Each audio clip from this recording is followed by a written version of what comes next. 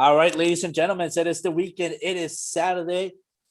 It is another weekend of fantastic soccer happening all across Europe. It is your Yellow Card podcast crew with me, Chris Jones, Andrew Fasciano, your host, Diego Galvez. We have a special guest with us today. His name is Neil Caswell. We'll be introducing him shortly, but this is episode 32 of the Yellow Card podcast presented to you by Couch Guy Sports. If you haven't checked out Couch Guy Sports, please do. CouchGuySports.com. Use the internet. Go Google, go on Yahoo, search for Couch Guy Sports. You'll see who they are. It's weekly content on all your sports. Check out all the podcasts. Check out everything on that network. And the best thing is, you don't even have to subscribe. Just go on CouchGuySports.com. You'll be able to read everything for free. You'll be supporting a great little startup out of Boston, just doing great things all along with a real fun crew. So episode 32 of the Yellow Card podcast starting right now. Gotta be talking a lot of things here because we had a very good soccer week just behind us, concluding with one of the best games of the year in between Real Madrid and Barcelona at Clasico, which we'll be talking about shortly. But let's get right down to business. Neil Caswell, welcome to episode 32. Welcome to the Yellow Card podcast crew. I don't want to introduce you because we want the fans to get to know who you are and your involvement in Revolution, the MLS, and because we all see you on Twitter. You're very big on MLS and the refs and whatnot. So talk to us about you. Tell the fans who you are, and also just if you wouldn't mind sharing with us where we can find you on social media. Thanks, guys. Well, thanks for having me, Diego, and you guys have done a good job. Yellow Card podcast. I've been waiting a long time for Couch Guy Sports to have some kind of soccer, regular content. So it's good to see. We're getting there. But I came to soccer kind of abnormally, I'd say. Like I was in high school in 2010 during the World Cup. And I was just completely fascinated and like awestruck by how much everyone cared about soccer and just kind of bought in, just immediately was like, all right, I'm going to be a United States soccer fan. Let's go. We had that, awesome draw versus England 1-1 in the group stages early on. And yeah, I was just bought in from then on. And I just was like, how do I support soccer? How do I get into everything? So, I started going to Revolution games. I've been a season ticket holder since I was like 16 years old. I'm 26 now. So got involved there, joined the supporters groups in there. I've been blessed to be the capo for the Revolution. I'm up there leading the chants for the boys. Wow. In the fort. So that's usually where you'll find me if you come out to a Revs game. But I've also become a diehard Everton fan. I know it sucks, but here we are. We gotta be proud anyways. It's a tough life for us, but it's the hope that keeps us alive as Evertonians. So I'm a huge fan of the sport. I do follow the other leagues as well, but I don't really have any other teams that I simp for. It's just the Revs, the United States, and Everton. That's the best combo there is, in my opinion. It's a painful combination. I don't know, Andrew. I think there are some better combinations we can go with overall, but gotta love the bias takes by Andrew over here. I already starting off with the episode. Andrew always grins when we have the Everton fans on. Have you ever noticed it? Whenever there's Everton fans on, there's always a big grin on his face. I like hearing the perspective from someone else who understands the crushing roller coaster ride that it is. Who understands the struggle. Yep. It's only gonna make the glory more beautiful. So when the Revolution win, when Everton one day get a trophy again, it's been 20 whatever years, 25, 26 years.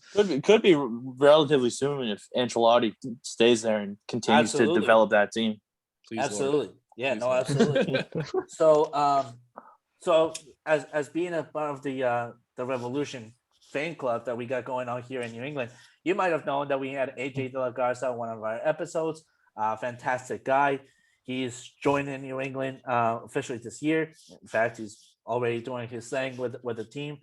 Talk to us about some of the new signings that Revolution have brought on.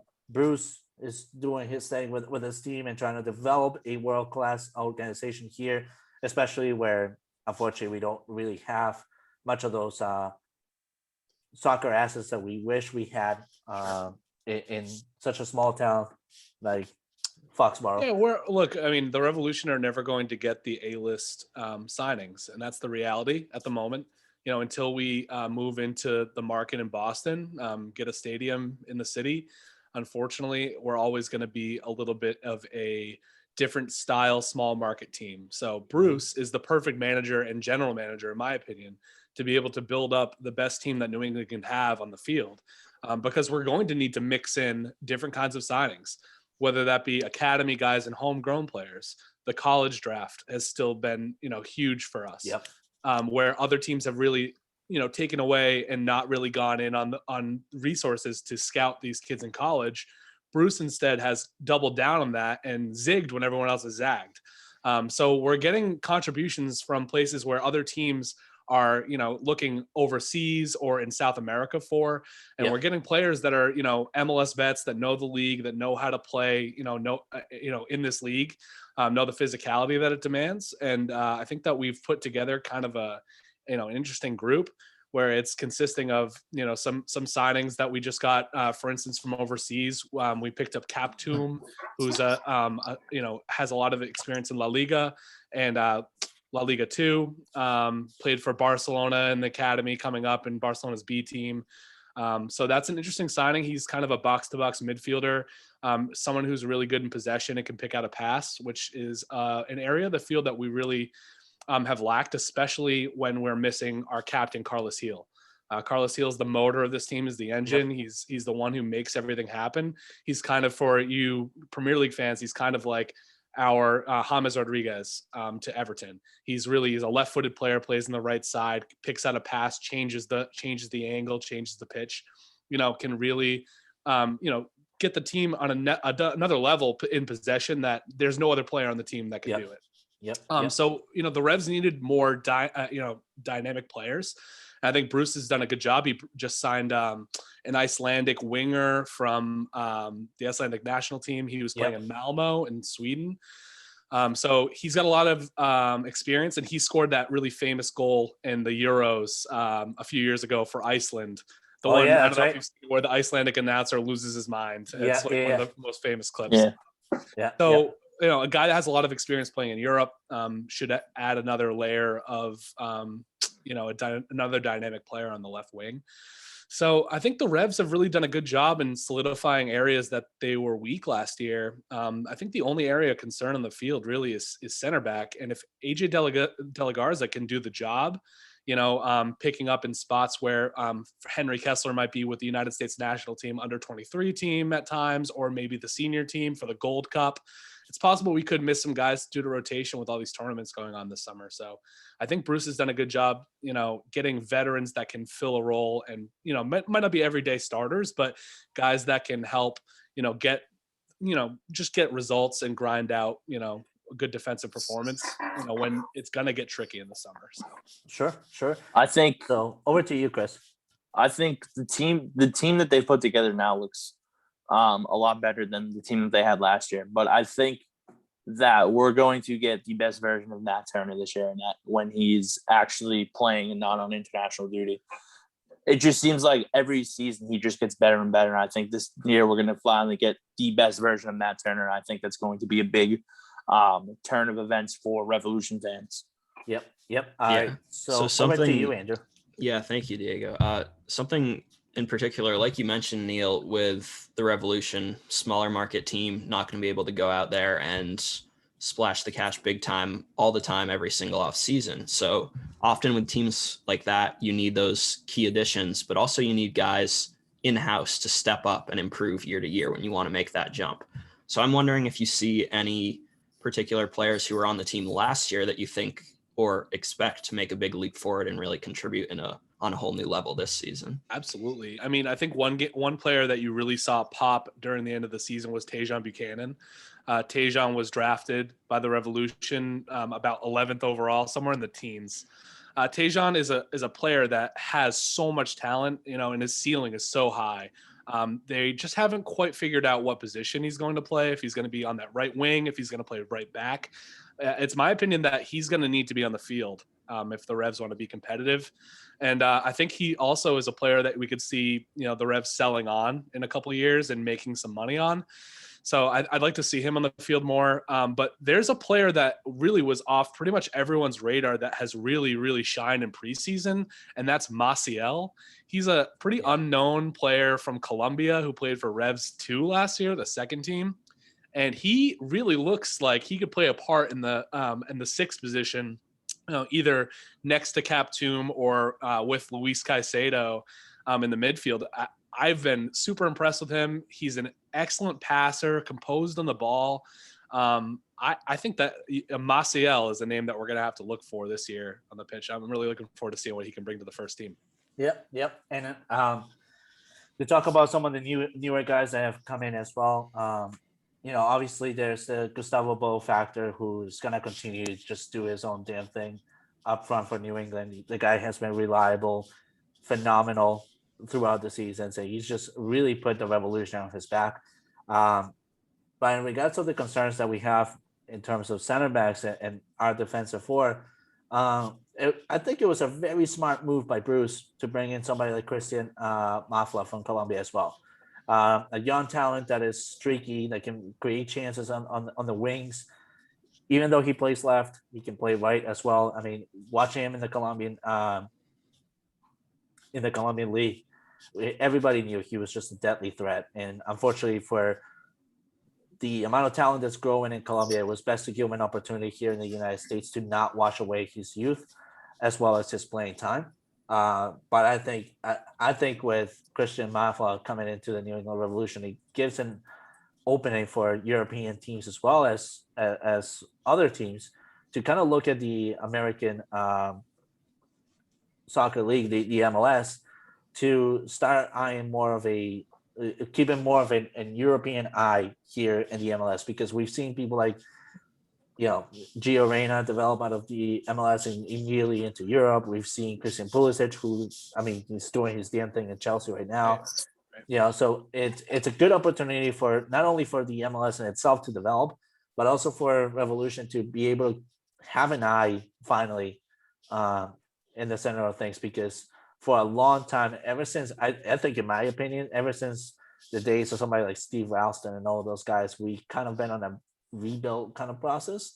And while in some seasons it has worked, this to me seems to be just the most exciting season we could see for the Revolution lining up for 2021. I agree, Diego. And I think that that is a wider trend that we see league wide. When we talk about where MLS stands in the world of soccer, I think that we're going to see us become more of a farmer league. You look at France and what they've done in the past, and they bring on these projects.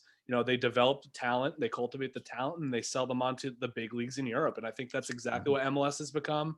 I think if you look at the two biggest ones in the past, Alphonso Davies from Vancouver is probably the number one.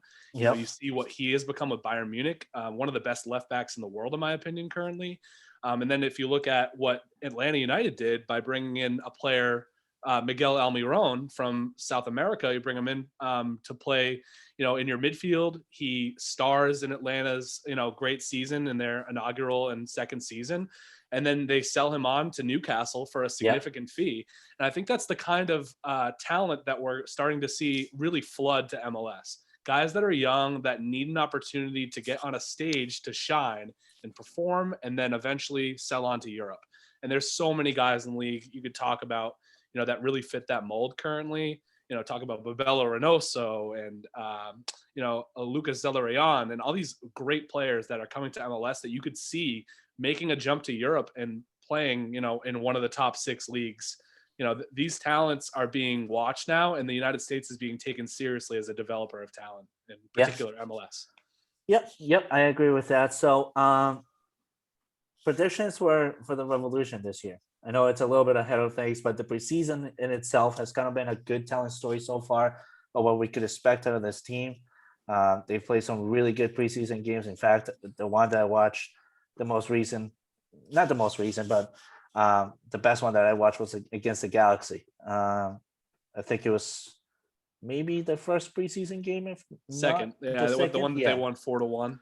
Yeah, I mean, Carlos Hill and Gustavo Bo, they just good God, if you can't keep a hold of those two, it's like not keeping a hold of Jadon Sancho and Erling Haaland out of Borussia Dortmund. You know that those two are out to create some havoc for a lot of teams. But predictions for this Revolution team, do we think they go playoff bound, potentially ship bound, or do we think it could be a bust?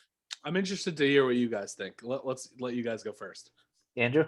Yeah, so I personally, after seeing how they performed in the playoffs last season, obviously reaching the Eastern Conference Final, ultimately falling short to Columbus, who then went on to win the whole thing.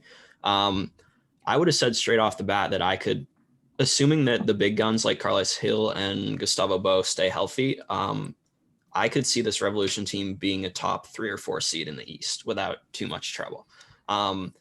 So I was also curious to hear your thoughts on this, because I'm not a bettor or anything, but I sometimes like to look at odds just to see in terms of who people think are favorites and things like that. And I believe the opening odds had the Revs as the 6th best team in the East, which surprised me a little bit, because I felt like for the majority of the regular season last year, they didn't get the opportunity to be at their best.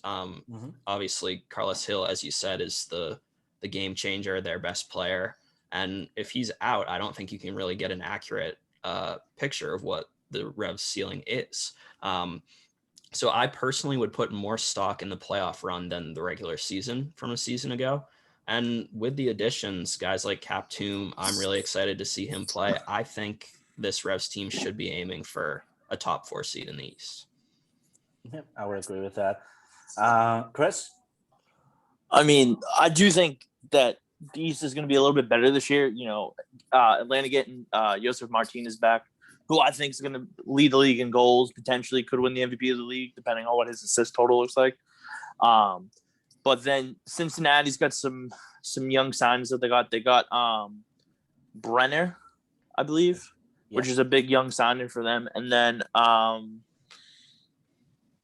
if I'm not mistaken, there's somebody else that they got, I think. They did.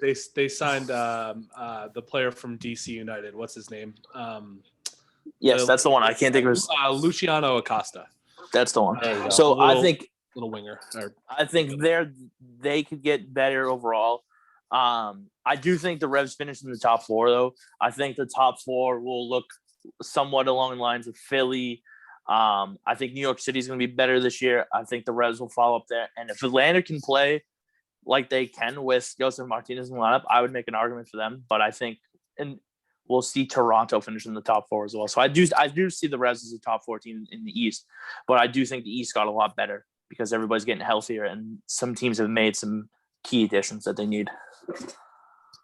Yeah, no, I would say personally, just with number one, like the story last year was a good underdog story for the Revolution, but it also got a lot of people that didn't really root for the Revolution to keep an eye on the Revolution and now really build that fan base to a higher level. What does that do in return? It elevates the game a lot more because now they can say, okay, we had a COVID season that we played, but we had no fans in here, but our fans were present all around the board. What do we do in return to kind of thank them for their support last year?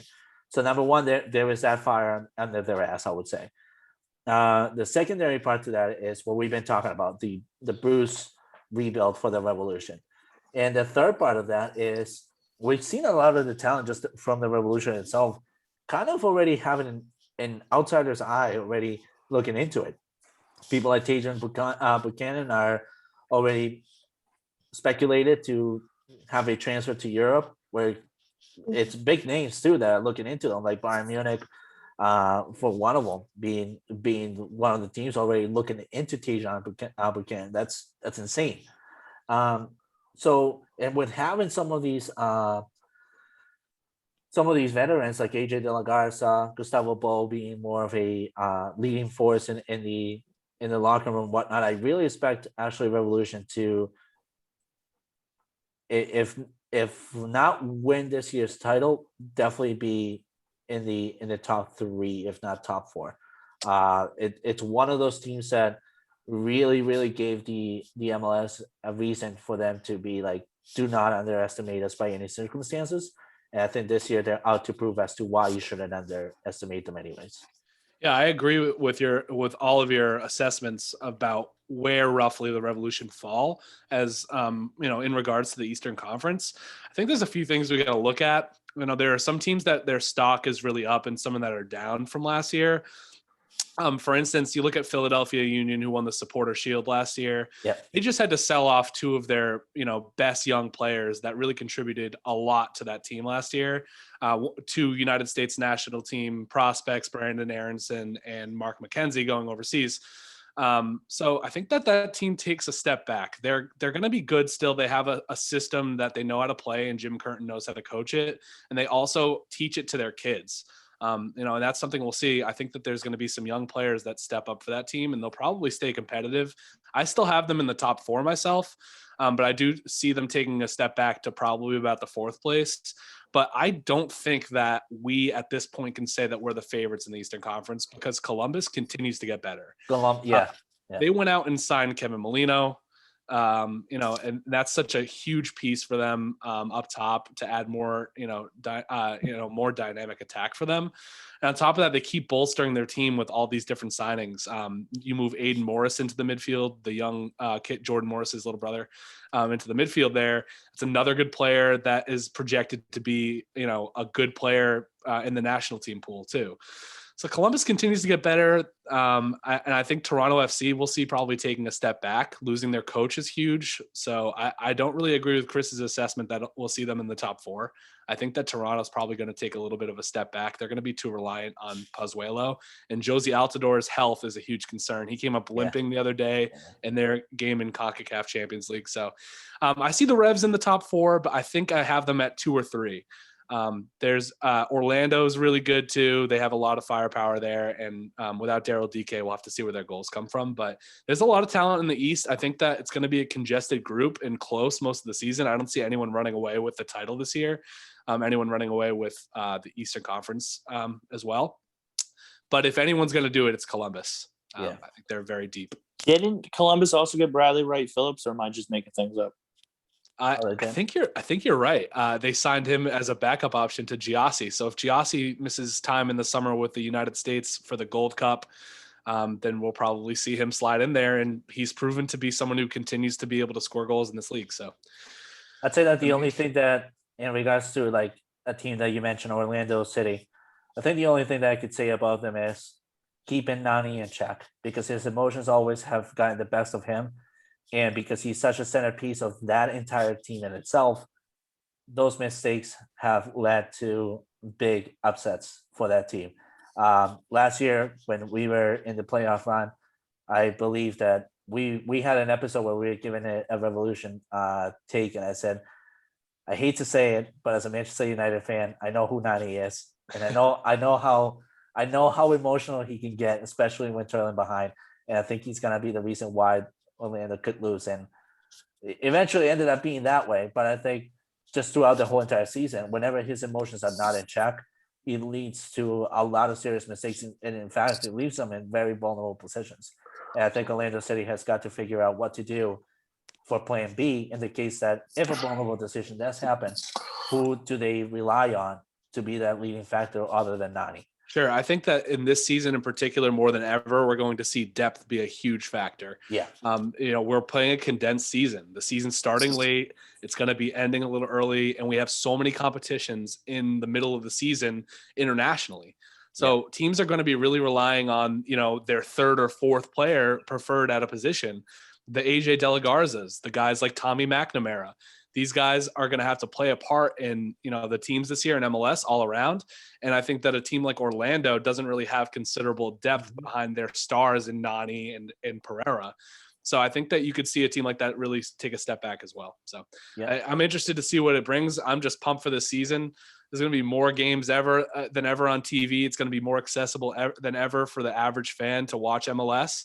The Revolution for the first time ever going to be on, regular over-the-air broadcasts on Channel 4 in Boston, which is a good step, especially the way cable is trending. Anybody can access the games now just by having a satellite dish or a little antenna. So I think that we're making a lot of progress as a league. We're also, we have a new team entering this year, Austin FC, Matthew McConaughey's team.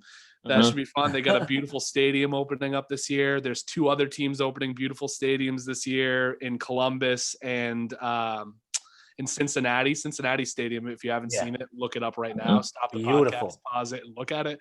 It's absolutely gorgeous. Why would you want to live in Cincinnati? I'm not sure, but they have a gorgeous soccer stadium, and hopefully they can eventually, fill it with a team that's deserving of such a stadium. But there's a lot going on in the league, and I just hope the Revolution continue to progress, at least on the field, because until we get that stadium, we're never going to be the team that we all want this team to be. So, I agree with that. So, I'm gonna pull a little Matthew McConaughey. Go, all right. Let's transition on to the next episode, onto the next topic of this episode, should I say, which is Champions League. We talked about Europe, keeping an eye on the MLS, so let's transition over to Europe. Wow. Yeah, you just saw the Cincinnati stadium. Wow. It's gorgeous. It's breathtaking. Wow. It's absolutely gorgeous. Oh my And goodness. it's located right in the heart of Cincinnati, where nobody can complain about accessibility to it, which is something that we have an issue with.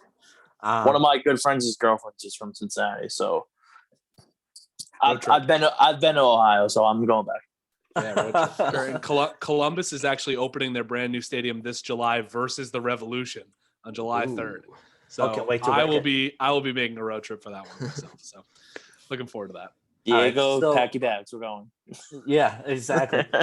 All right, so on to Champions League. What a hell of a leg one we had. We had some major matchups happening. We saw things that we did. And we saw Bayern. Dude, they're so bad. They're so bad. I hate them. So I hate that I like them. Hold that thought. So before we get there, let's talk about how the boys went on the record. So Chris, let's see how the boys went, and then we'll dive into how bad Liverpool was and everything else in between. All right. So the boys went 2-2. We all predicted Manchester City to win, but that happened, as we all know, 2-1. What a game it was! I corrected to 2-1. You guys said 3-1. So round of applause to me.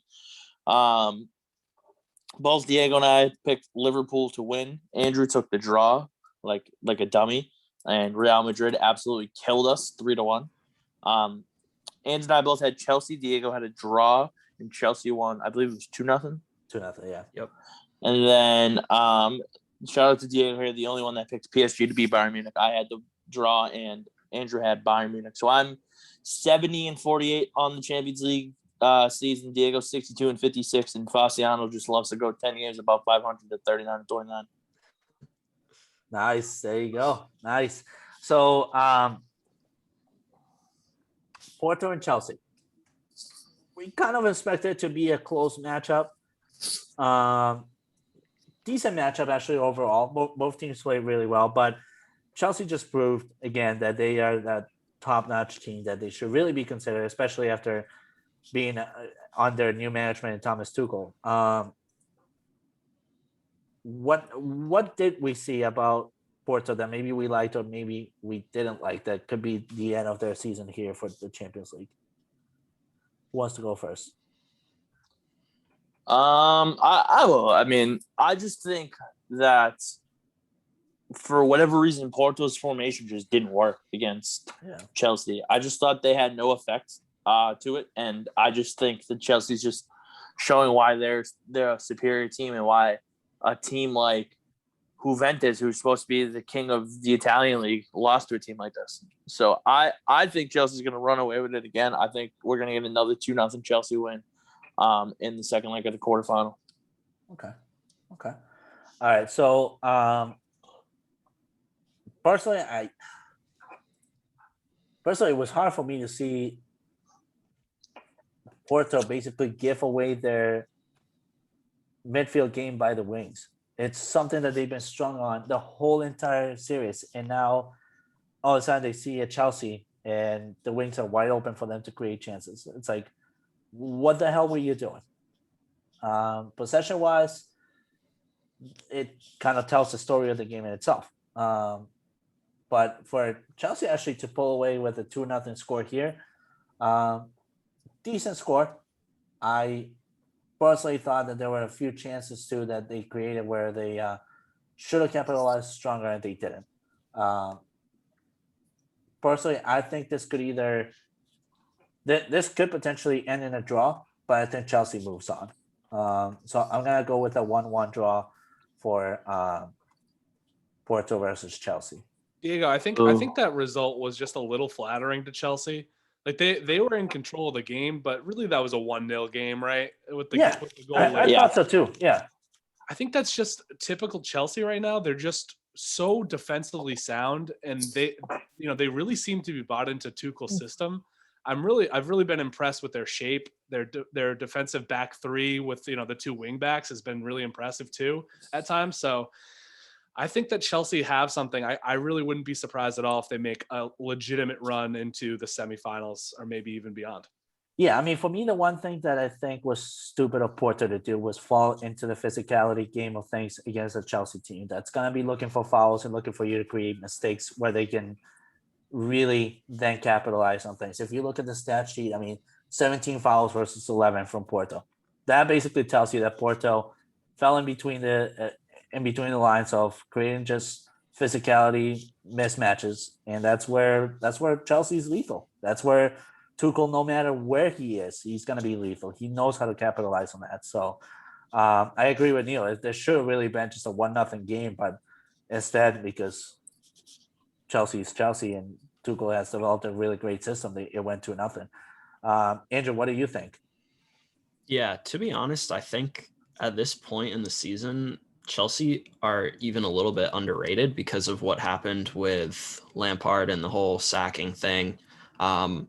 Since Tuchel has come in, they've, apart from that West Brom game where they just got dismantled 5-2 or whatever it was, they've been a machine. I mean, Neil said it. It's about how defensively sound they are. They don't concede goals to anyone, it seems, except for West Brom. But no, I mean, I think all three of us, I believe, picked Chelsea to make it to the final from their side of the bracket. So our podcast is high on Chelsea. I think even if they don't always overwhelm you with their offensive ability, which sometimes from a neutral perspective, it seems like they could do more of that, just given the sheer amount of talent and young talent that they have on that team. It almost doesn't matter because they're not going to give you space to do anything against them. So I think they're going to come home and win again in the second leg. And I think it's probably going to be a 1-0 where they get a goal at some point and then just completely suffocate Porto. All right, so let's move over to Manchester City versus Dortmund. Very close game, just as we all thought it would be. The one factor that didn't happen, though, was the Erling Haaland factor, which we mentioned that Manchester City could be the one team that could potentially shut them down because of their great defensive game. Chris, how did we do on that? I think we all predicted a Manchester City win, but yeah, I predicted it 2-1, which it was, and you guys did 3-1. Okay, all right. So for this second leg, let's start with you, Chris, then Andrew, Neil, and then myself. I think we're going to see a bit more of the same. I think Haaland's going to break through, but I don't think it's going to be enough for Dortmund to move on. I do actually think City's going to win again, 2-1. I think Gundogan's going to get one in like the 30 to 40 minute range right before the half.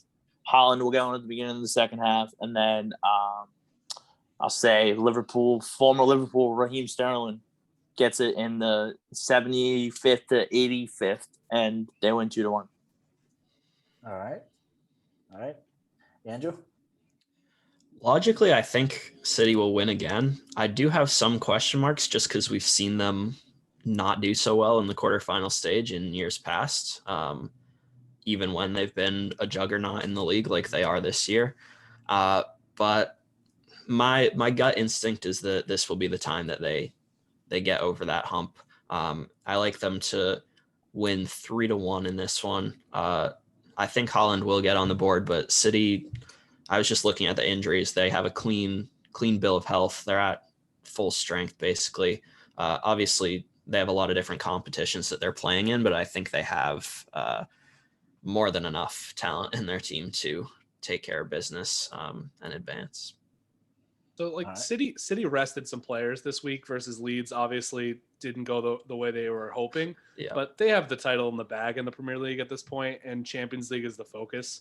I think that City are a little underrated in their defensive abilities. They're always pressing so high, and everything that seems to be counter-attacking is snuffed out by Ruben Diaz and Johnny Stones. They have really been almost flawless in that regard, and it's shocking to see. And today we saw what they're like without Ruben Diaz in the back and John Stones having to run the show versus Leeds.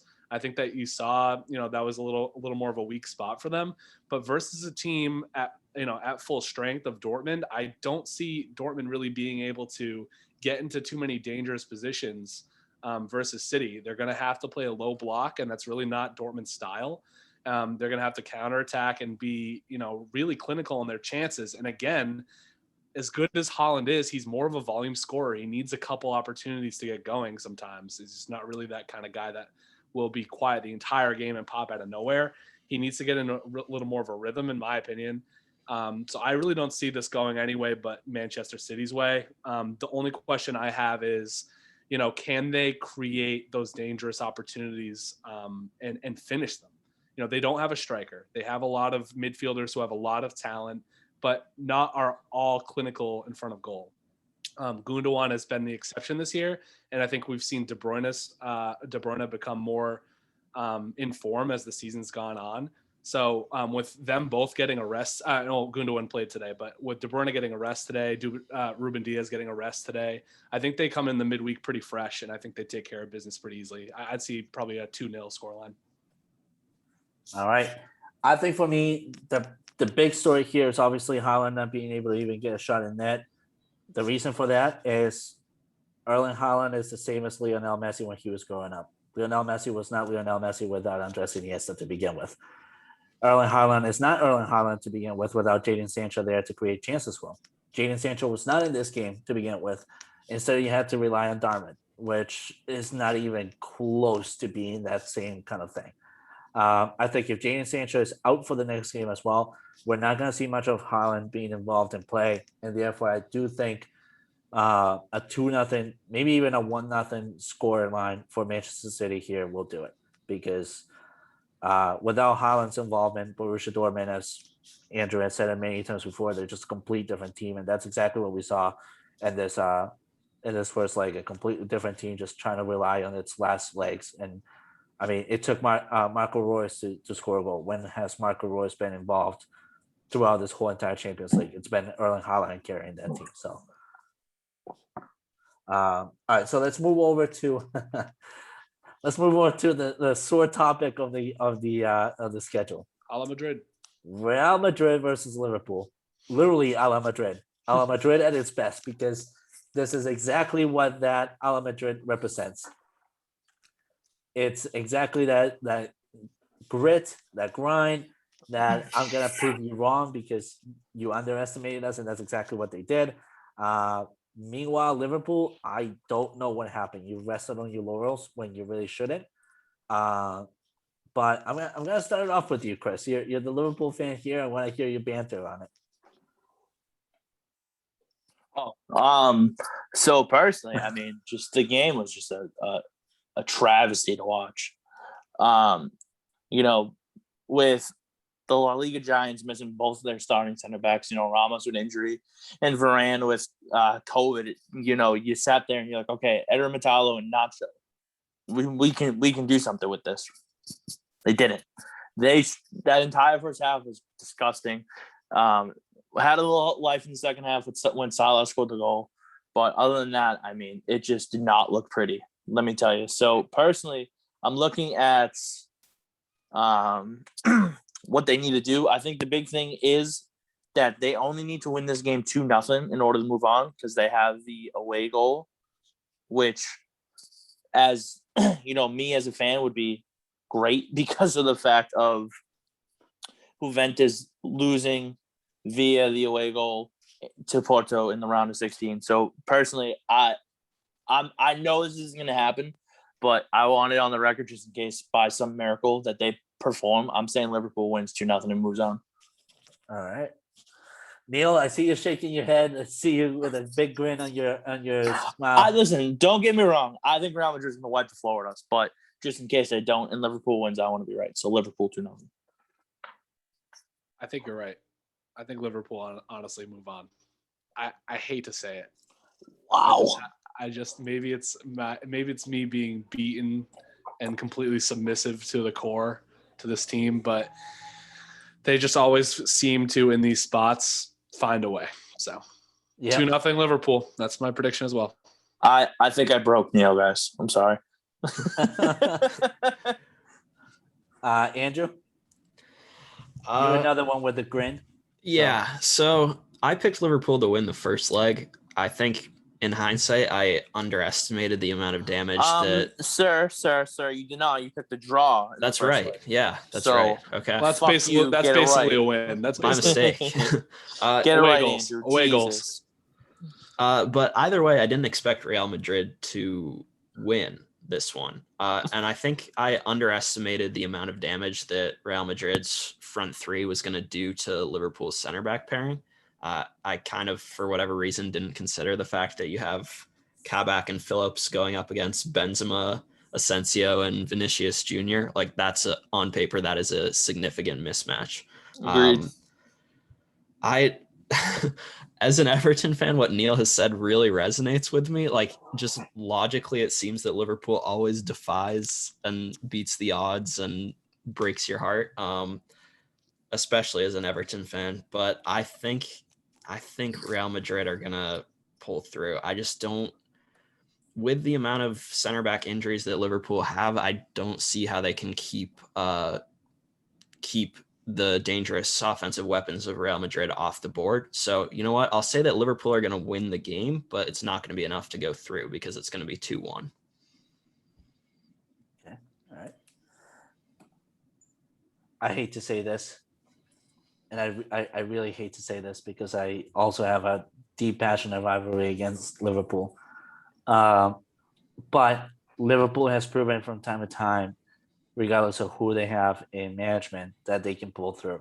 They did it against Barcelona, winning by 4-0 when they went down, literally and down and out, basically counted by many. They just have a track record of this. As Jurgen Klopp too, he's known to create Cinderella stories out of the woodwork. So I actually think Liverpool comes home to play this round, right? Anfield Stadium. Mm-hmm. So with the home field advantage and all that stuff, I think if Jurgen Klopp moves his pieces correctly, where he can have Kabak rely on somebody like Fabinho in the back, and instead of Fabinho having Thiago Alcantara there to create chances instead, or even if it's not Thiago Alcantara, maybe somebody like Diego Jota is in fabulous form right now. I could see him getting involved. I mean, I could even see somebody like Curtis Jones get involved, and even Alex Oxlade-Chamberlain get involved too, because they both have been in great form. Shaqiri could also be involved. James Milner, he was in great form as well today. He could also be in form. So I'm actually gonna go with a victory here for Liverpool, where they win. Where they win at 3-0, and because of that away goal, they be able to get the advantage to move forward. I think the big question mark is, can they keep the clean sheet? If they can keep the clean sheet, they'll be in this tie. And then from there, it's do they finish their chances? Right. Salah has been known to miss some chances. He's another guy that needs to be in rhythm to be able to score goals. So we'll see what happens. I'm excited. That's why I'm saying like Jurgen Klopp needs to move the pieces around for the center back position, because you can't have an Ozak Kabak and Nathan Phillips face a deadly three, probably top 5 deadly threes in all Europe competitions. Right. You need Fabinho in there, right? He You needs to need be somebody slotted. experienced in there. You need somebody experienced. You need somebody with that physicality in there. That's a Fabinho in there. I You can't hope have that- anybody else. So that's why I hope that they put Fabinho as the center back and have him go with hopefully Kabak over Nathan Phillips. But I mean, again, I mean, who knows Liverpool what could Jurgen will do. Liverpool could even go with a 5-2-3 formation. Still keep the 3 up front, but slim down in the midfield. They don't have enough center backs to play with 3 center backs. Yeah. I think they're going to roll the dice and play the kid Kabak, and they're going to have to put someone more, astute in there like a Fabinho, and hopefully that they can get enough offensive, firepower while keeping that clean sheet. It's gonna be tough because if they give up a goal to Madrid, it's over. Yeah. Agreed. Yep. Agreed. So now let's move over to the clash of the two titans. I mean, David versus Goliath here. We got Bayern Munich versus PSG. What? Wow. Who's David? I'm calling David PSG, Goliath Bayern. Okay, I respect that view, but I think that PSG has so many weapons and so much money. It's tough to see them as David. They do, but we also saw Bayern Munich for the first time play without a Robert Lewandowski. And this was something that we said on episode 31. It could be where Bayern Munich could be a complete different team without Robert Lewandowski in there. And it proved to be that case. With Robert Lewandowski, I think this game would have been a 3-3 affair, easily.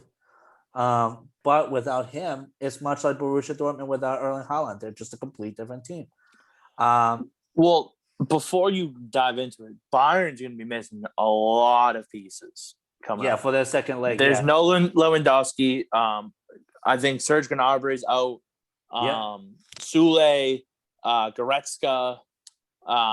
Sule played today. I think that he'll be back, but Okay, so if Sule played today, that's good. And Douglas Costa is another one. But there's others too on top of it. So I think they're a little bit banged up. So for me personally, I think PSG takes advantage of it. And they're the ones that knocked them out because Bayern's the one that eliminated them in the final last year, and they beat them in the final. So I think PSG is going to right the ship. I think Pochettino and company are going to do what it takes to win this game personally. And I think they're going to win 2-1. I just want to say I was wrong. Sule did not play today. I was looking at the wrong box score. All good. So that's another one. If Sule doesn't play, that's a big loss for them. Yeah. Yep. All right. So over to you, Andrew. What are your thoughts on that game? I think, to be honest, I'm kind of thinking more with my heart than with my head on this one, because I would like PSG to win. Idrissa Gana Gueye deserves all the good things in the world. I love that man so much. I want him to win the Champions League before he retires. And I think we saw in the first leg that PSG can do it. I would maybe go Goliath versus Goliath Jr. instead of David versus Goliath. Wow. All right. Just because of all the resources that PSG does have. But I thought they came into this as the underdog, and they impressed me in the first leg. That Neymar Mbappe combination, so deadly. We haven't maybe seen it as much as some other well-known combinations in Europe, just because PSG hasn't always succeeded in the Champions League in recent seasons. Obviously last season excluded when they made it to the final. But I think that's a scary 1-2 punch coming at you, especially if you're a team like Bayern, who's going to want to have the ball and try and break PSG down, especially since they lost 3-2 in the first leg. They need to do that. They need to have possession and try and create goals. So honestly, I could probably not think of two players that I would less like to have running at me in open field than Neymar and Mbappe right now. I like Chris's 2-1 pick. I was thinking the same thing for PSG to advance. Howard, come up with your own. I mean, I will comment that it's tough to call a team with the two best players in the field, David, right? PSG has Neymar and Mbappe, and the two of the greatest players in the world currently. And without Lewandowski, I mean, Goliath is missing a leg and an arm. So I think that it's going to be interesting to see if PSG can do this. But Munich has just been known to bleed goals at times, and without the firepower on the other end coming from Lewandowski and Kingsley Coman and those guys up front connecting, I see PSG advancing. I don't see it being as high scoring as the last game, but I'm going to go PSG 2-0. All right. Yeah. See, for me, it's difficult. It's so hard to see Bayern Munich go out this way, especially after such a great season and after developing such a great persona for themselves. I mean, 6 titles in 1 year. That's a feat for any team, no matter who you are. Robert Lewandowski, Ballon d'Or, basically at this point. So unfortunately, Kylian Mbappe, as Neil has said it, he's in another planet right now. He's at the top of his form as he's ever been. I actually think where this game is being played at Parc des Princes, I actually see more of a 3-0 score for PSG. I think Bayern Munich will be shut down left and right, considering that not only are there problems brewing defensively, but also midfield wise, considering that your only option coming into the next game against PSG is going to be Javi Martinez, and Javi Martinez is more of a center back than a midfield option at this point. So I think, unfortunately, the Manchester City versus Bayern Munich final that we thought we would see is not going to happen here. I think it's all about peaking at the right time and going on a run when it's, the games are starting to really become more important, and they're just missing too many key players and they're not in the greatest form, while PSG is really kind of in a stride right now. So yeah, I mean, this is their opportunity. So not only that, but the struggle that they had today against Union Berlin to just barely walk away with a tie. I mean, that's inexcusable, especially when you're a top tier team like Bayern Munich at this point. So, all right, so let's wrap up this episode. Let's move on to El Clasico. We got potentially Lionel Messi's last Clasico, potentially. Number one, I want each of you to tell me where you see Lionel Messi going to. But secondary to that, I want to hear your predictions for this game. So I'm going to start let's go with Andrew, Neil, Chris, and then myself. Where I think he's going. We talked about this a little bit on the stream earlier today. It's tough just because he's been at Barcelona for so long that it's hard to imagine him anywhere else. Really, I would say the one place that I could see him playing besides Barcelona would be Manchester City, to have that reunion with Pep. Obviously, they worked pretty well together when Pep was at Barcelona. I honestly wouldn't rule out that he stays at Barcelona, to be honest with you. Like, I think there's probably a pretty good chance that he'll leave, but I wouldn't rule out the fact that he would stay just because it's all he's known in his career and he's been there so long. But that's one of the storylines for sure that I'm most interested in seeing how it unfolds this summer. In terms of the game itself today, it's about as big as you can get for an El Clasico, with Barcelona in second in the table on 65 points and Real Madrid in third on 63.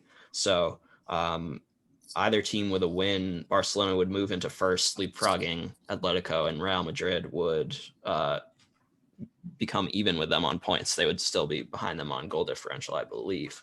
So I think there's obviously a ton to fight for. I think Real Madrid have that confidence, kind of, as we've been talking about, coming off that big win against Liverpool. They're also the home team. I'm trying to find, so they beat Barcelona 3-1 earlier this season. I think it's fair to say that Real Madrid has been the better team this season if you factor in what they've done in the Champions League. I think it's going to be a very competitive game. I think I'll pick Real Madrid to win 2-1. All right, Neil. Admittedly, I don't follow La Liga as closely as you guys probably do. But I would say that when we look at El Clasico in general, we always just want it to be entertaining and a good game. We want to see the names pop. We want to see goals going in. And unfortunately, with all that's at stake for this game, with first place being on the table, with a big gap potentially opening up between Barcelona and Madrid in the table, It's going to be a draw, and I'm going to say the dreaded words: hit the buzzer, hit the button, whatever. It's going to be a 0-0 draw, bros. I hate it, but it's going to be a 0-0 draw. Wow. All right. Chris? I mean, dude, Lionel Messi, if he goes, it's going to go to a team where there's already a formidable amount of talent. There's no way he just goes to a team just because. So, obviously, I would think that Man City would be the spot that he would go if he were to leave. I just don't see him leaving. I hope he leaves because it'll be better for him. But I think he somehow gets convinced to stay because they're going to do whatever it takes to make him stay. They'll bring in whoever they want. He wants to play with. So personally, I think today, I hope Barcelona wins. Actually, wait, no. Let me rephrase that. I hope Real Madrid wins so that they stink when they play Liverpool in the Champions League this week. So I'll take Real Madrid 2-0. I actually think that unfortunately, with this potentially being Lionel Messi's last Clasico, Lionel Messi does eventually end up leaving Barcelona. I see him going to a team like Inter Milan or something like that, and somewhere in the Serie A. I think AC Milan would be a great fit for him as well, especially a potential reunion with somebody like Zlatan Ibrahimovic, which was his youngest years in Barcelona when he thrived as well. When they both thrived, I meant.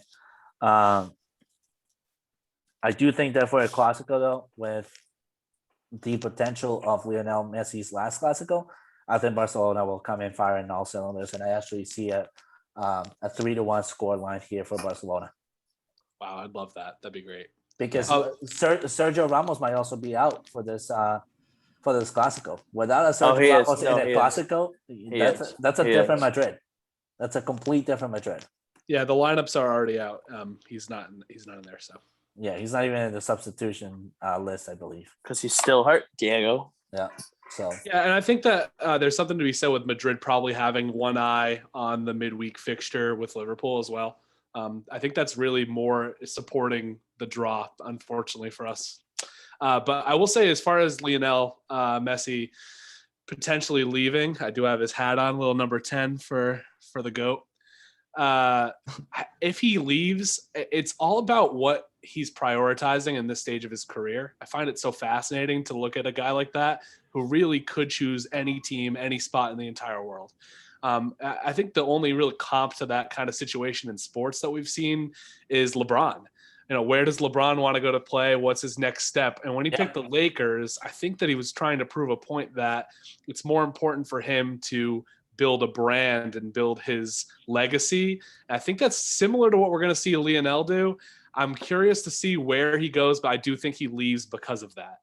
And on top of that, all the turmoil going on at Barcelona, I think that it'll be beneficial for Messi to expand his horizons a little bit and expose himself to maybe an audience that doesn't see him as frequently. So with that said, I worry about what could happen with him if he went to the Premier League. I do think it's a little more physical and than he probably would like in his later stages of his career. And I agree with Diego that I think that it might be a better fit for a different league like Serie A, or possibly even going to France or something like that. I don't know. Maybe he goes to PSG. I have no idea. Yeah. No, I agree with that. And actually, one of the arguments that we have had here in this in the podcast is, who's the better player between Lionel and Ronaldo? And one of the things that I say is Ronaldo is the better player, in my opinion, just simply because he's had less to work with, but also has proven himself in multiple leagues. And the way that he carries himself and his body and his professionalism has stayed there. But you can also make the argument that Lionel Messi has been a great player just because of the brand that he's built in Spain. I think for me, it would be really great to see him thrive in another league, not have to depend so much on others. Because the way that I see Lionel Messi and the way that he grew up, it was basically Iniesta carried him all along with Deco and Xavi Hernandez and all these guys. Those are big words. When you look at Xavi Hernandez and Deco and Andres Iniesta as well, I mean, yeah, you gotta learn from those guys. Those are the guys. Can Messi do it on a rainy night in Stoke, boys? We don't know. We don't know. Yeah, we don't know. So that's just my personal opinion. That's just my take. But they're both phenomenal players. They're the reason where soccer is at this point right now, and I think we're gonna be seeing a new era, anyways, coming up too, with potentially with Mbappe and Haaland as well. So, but with that said, Chris, any last words? No, I mean, make sure you're just following everything. A lot of content coming soon. We're heading the last month or so of the Premier League, so a lot of fun stuff's going to come out of that. MLS starts a week from today, so we get some content coming. Yes, sir. So, Neil, been a pleasure having you in episode 32. Thank you so much for jumping in. Where can people find you on social media? Thanks, fellas, for having me. I'd love to come back if you'd ever take me back. And you can find me at How Neil Feels on Twitter, Instagram, all that good stuff. What a handle, How Neil Feels. That all just rides all along. Love it. Andrew, where can people find you? Last words. They can find me on Twitter at AFASC573. And actually, I do have a final thought if we have time for that. So yeah. To bring things full circle, obviously we talked about the Revs new season. They also released a new jersey for that new season. So I was curious to hear what you guys think about this new jersey, because I'm personally not a very big fan of it. So we're really about to see how Neil feels. Right. How do you feel, Neil? I mean, if you wanted to go back on my Twitter, you'd get my real take. That's why I asked, actually. Yeah, I mean, I'll be honest with you. I just think it's a fart in the wind completely. What a swing and a miss. They named it the Revs Community Kit, but didn't ask for any kind of input from the community whatsoever. The supporters groups were never contacted. The fans were never involved in the process whatsoever. They were just like, yeah, let's get a white kit and, put a little shading and a different color socks. And that will be the community kit. We're all going to love that. So yeah, not the best. The socks are my least favorite part. Where does it come from? Yeah. I've been clamoring for years for an alternate kit that's either green for like the New England flag with the the pine tree, or another red alternative kit, which was great that they did in the past. So white is just every team needs a light colored kit. I get it, but you could do a light green or something that has something to do with the team's identity. But here we are. Yeah, you can also find Andrew on his burner account at Everton fan 1717. That's true. Yeah. Wait, you have a burner account? No, it's Everton fan 1878, brother. Don't you forget. Right. Exactly. Birth of football. Everton are Magic 78. That's hilarious. All right, Diego boys. actually thought you had one for a second. Yeah, I was like, wait a minute, what? I was like, what? He's like, if you're still listening to the show, you're a diehard fan, and we appreciate you. Yes, Exactly. sir. But anyways, thank you so much for tuning in to episode 32. Continue to check out CouchGuySports.com, who Yellow Card Podcast is brought to you by. Continue to check the Twitch channel as well, where you see every weekend the Yellow Card Podcast in there providing live commentary. If not, you also see FIFA Friday along with other content provided in that Twitch channel. But with that said, signing off for episode 32. Christian Pulisic scores. Oh, what an ending. What an ending. Fabulous goal, too. And on that optimistic note, this has been the Yellow Card Podcast. Yes, sir. So episode 32, that does it for us. See you guys all next week.